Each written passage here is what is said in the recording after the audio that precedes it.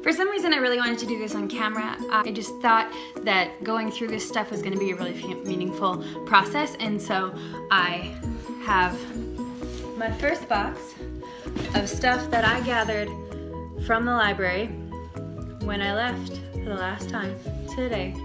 I'm not moving or anything, so I'm still gonna go back there on occasion, but probably not for a while. Hi, MJPL youth. It's your friendly leader, Hannah.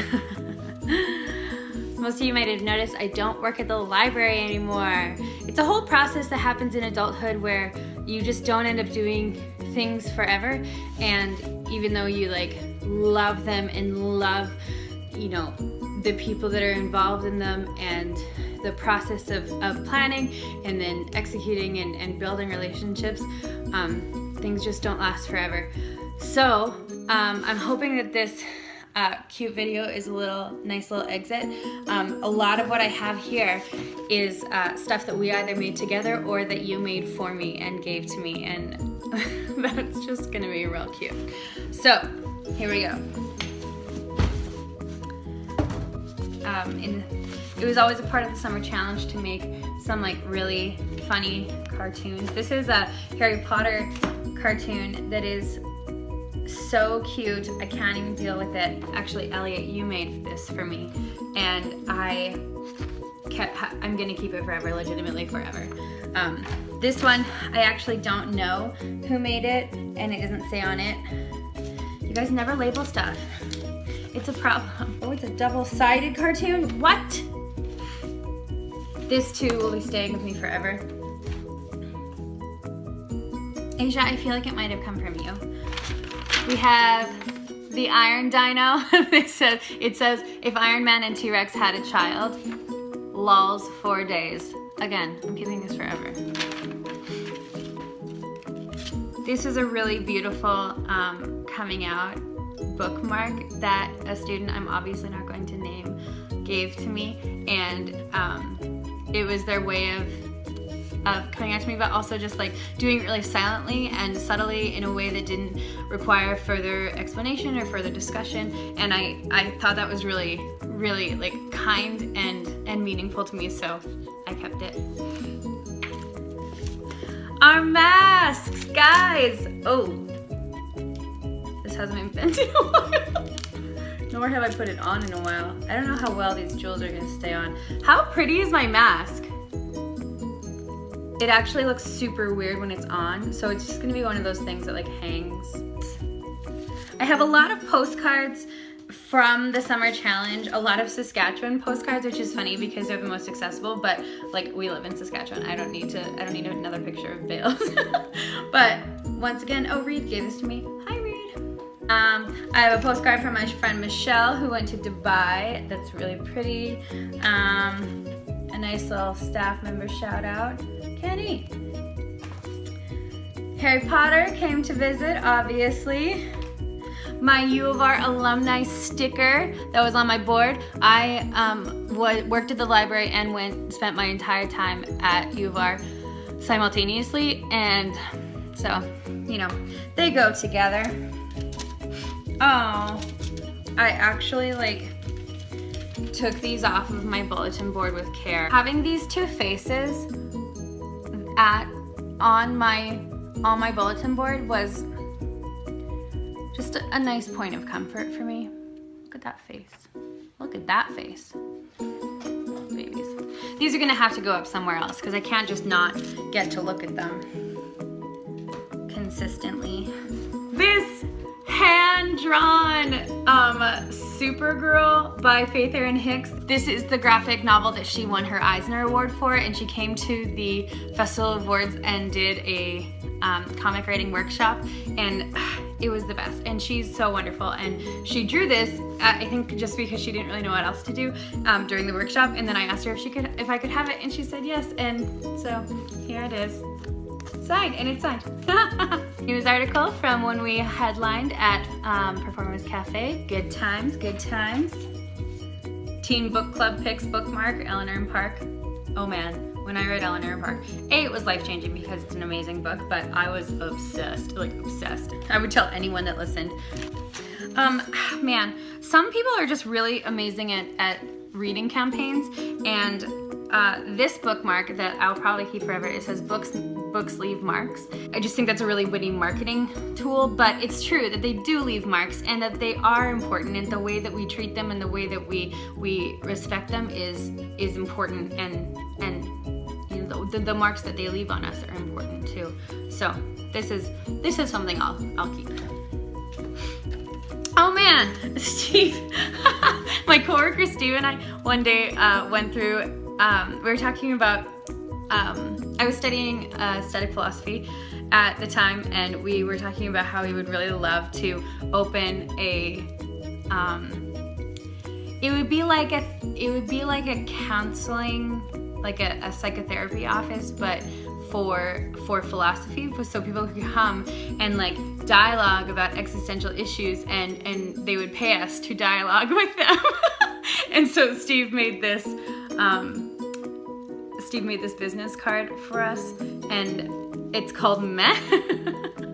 And that stands for methodology, epistemology, and hylithology. I don't know what that is. Sorry, Steve. I always had chocolate in my desk, but I was really bad at eating it. But every time I got a bar like this is given to me by Jean, thanks baby, I would always be like, I gotta take that to the library because I'm gonna need it, but I wouldn't end up actually eating it because I would forget about it. So when I was going through my desk today, I took home like 3 chocolate bars.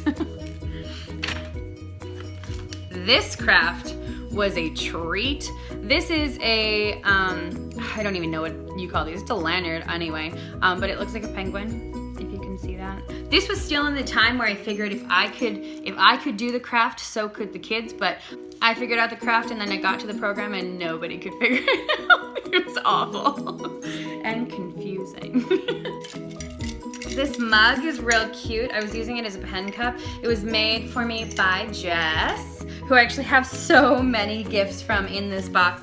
She also spent an entire afternoon making me this friendship bracelet, which has hearts woven into it. I don't know how that goes down, but yeah, so I have this and this mug, and I also have this journal, which is adorable. I really love animal prints, so that was fortuitous of her. This clay worm, which I found. I probably shouldn't include this in the video because I don't know where it came from, but I kept it. I don't think anybody cares. But it looks like a glowworm, but also like a bookworm, and that's cute. Or like, no.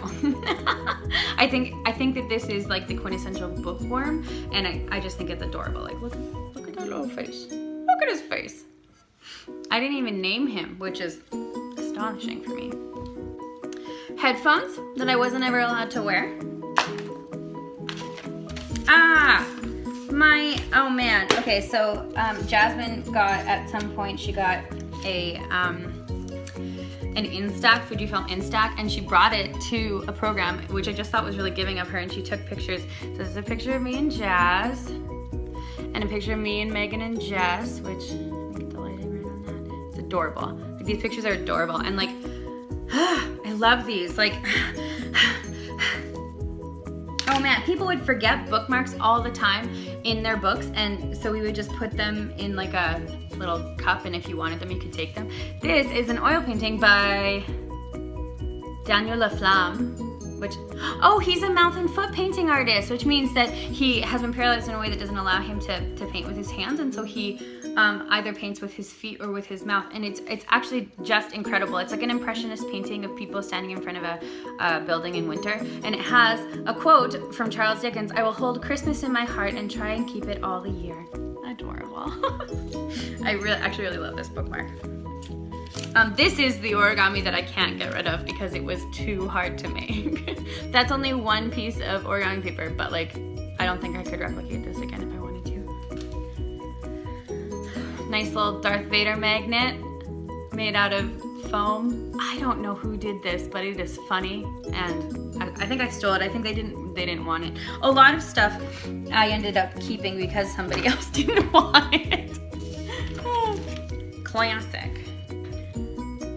This is a Scholastic Jeffrey Brown. It was a pin. I turned it into a magnet, and it is a Most likely to talk using way more words than needed. And is a picture of C-3PO. Kidding. This is my ever serious and classy, if it can be, duct tape can be classy, black and gold, which I think is super nice.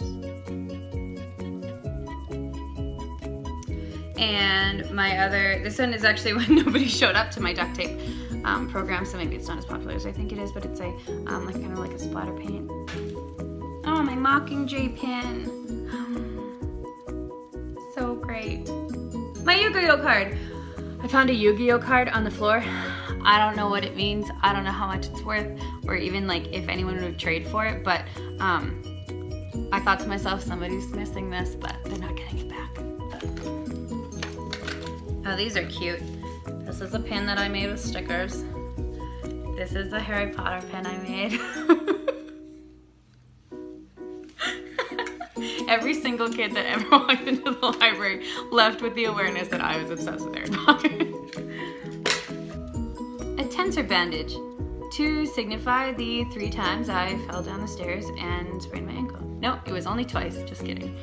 But one time I did it at the library and I had to cancel a program for it. Oops. But it was right before we were supposed to watch Grown Ups 2, and I desperately didn't want to watch this movie because, no. And I think that maybe it was a little bit on purpose that I fell down the stairs right before the one movie I ever showed that I didn't want to watch. Go back. This